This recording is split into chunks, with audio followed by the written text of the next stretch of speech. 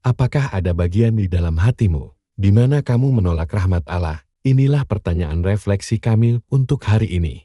Holy Spirit, make my heart open to the Word of God. Make my heart open to goodness.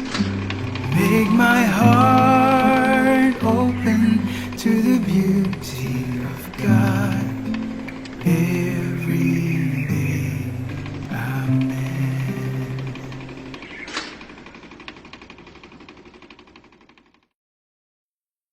Halo semuanya, selamat datang kembali di vlog Senin kami. Hari ini, saya ingin memulai dengan sebuah kisah tentang seorang pria yang hidupnya menunjukkan kepada kita apa yang terjadi ketika seseorang akhirnya berhenti lari dari kebenaran. Pelukis Caravaggio.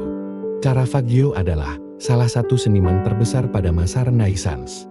Namun hidupnya penuh badai, ia brilian, penuh gairah, impulsif, dan seringkali brutal.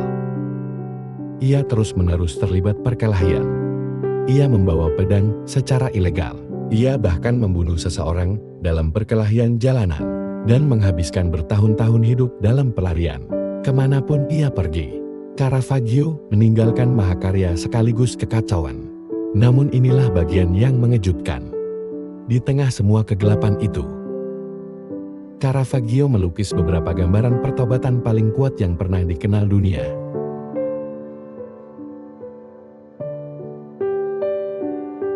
Lukisan-lukisannya dipenuhi cahaya dramatis yang menembus bayangan gelap. Sebuah pengingat visual bahwa rahmat dapat menembus bahkan hati yang paling gelap.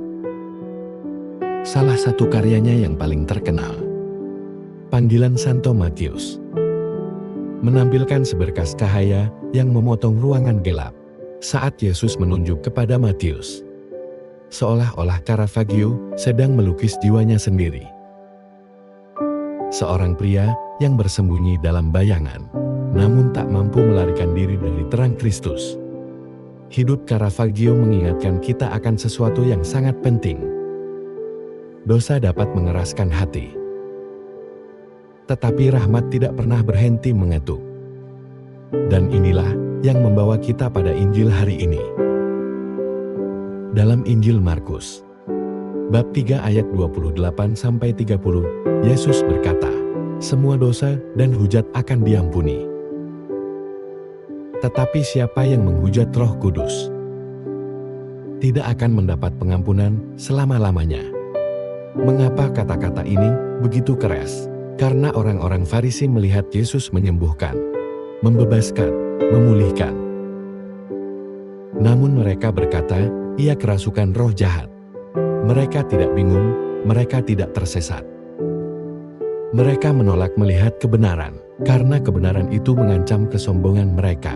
Inilah yang oleh gereja disebut dosa terhadap Roh Kudus. Bukan satu tindakan tertentu, melainkan sikap hati yang terus-menerus menolak rahmat. Hati yang berkata tidak kepada Allah begitu sering, hingga akhirnya tidak lagi menginginkan pengampunan. Namun inilah pengharapan itu. Jika kamu takut telah melakukan dosa ini, berarti kamu belum melakukannya. Keinginan untuk bertobat sudah merupakan karya Roh Kudus di dalam dirimu. Peringatan Yesus bukan untuk menghancurkan kita, melainkan untuk membangunkan kita. Dan Ia mengingatkan kita bahwa surga itu nyata, neraka itu nyata, dan pilihan-pilihan kita sungguh berarti. Namun jalan menuju surga itu sederhana, jujur, berbalik dari dosa. Lari menuju belas kasih Allah, terutama melalui pengakuan dosa. Biarkan Roh Kudus melembutkan apa yang telah menjadi keras. Hidup Caravaggio menunjukkan kepada kita bahwa bahkan ketika kita telah membuat hidup kita berantakan, terang Allah masih bisa menembusnya. Rahmat masih bisa menemukan kita. Dan keindahan masih bisa bangkit dari bayang-bayang kita. Maka dalam doa pribadimu hari ini, renungkanlah ini. Apakah ada bagian di dalam hatiku di mana aku menolak rahmat Allah? Di mana aku berpegang pada kesombongan, alasan-alasan pembenaran, atau dosa, alih-alih berserah kepada Roh Kudus? Mintalah Yesus memberi kamu takut akan Tuhan yang sejati.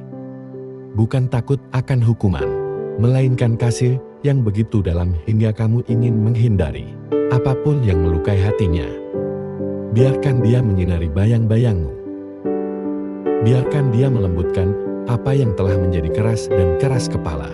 Biarkan dia membimbingmu melalui pintu yang sempit yang menuju kepada terang.